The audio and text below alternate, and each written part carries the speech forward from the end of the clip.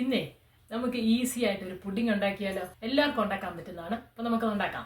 നമുക്കതിനായിട്ട് 4-5 bread സൈഡെല്ലാം cut ചെയ്തെടുക്കാം.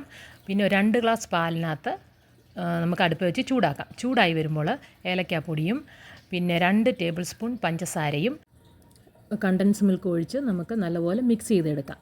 നല്ലപോലെ ചൂടായതിന് ശേഷം നമുക്ക് കസ്റ്റാർഡ് പൗഡർ മിക്സ് ചെയ്ത് വെച്ചായിരുന്നു, അതും കൂടെ ഒഴിച്ച് നല്ലപോലെ നമുക്ക് തിളപ്പിച്ചെടുക്കണം. നല്ല തിള വരുമ്പോൾ നമുക്ക് തീ ഓഫ് ചെയ്യാം. നമുക്ക് ട്രേക്കകത്തോട്ട് ആ കസ്റ്റാർഡ് മിക്സ് ഒഴിച്ച് അതിൻ്റെ മുകളിലോട്ട് 4 ബ്രെഡ് നമുക്ക് കട്ട് ചെയ്ത ബ്രെഡ് നമുക്ക് നിരത്തി വെക്കാം. അത് കഴിഞ്ഞ് പിന്നെ അതിൻ്റെ പുറത്തോട്ട് നമുക്ക് കസ്റ്റാർഡ് മിക്സ് ഒഴിച്ച് പിന്നെ ഒരു ലെയറും കൂടെ നമുക്ക് ബ്രെഡ് വെക്കണം.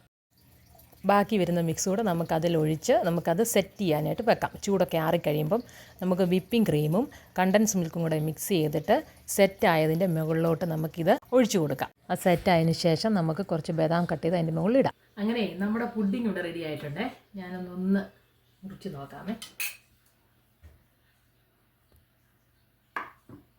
ഇതിൻ്റെ മോൾഭാഗം നല്ല ക്രീമിയാണേ. ഞാനൊന്ന് കഴിച്ച് നോക്കട്ടെ.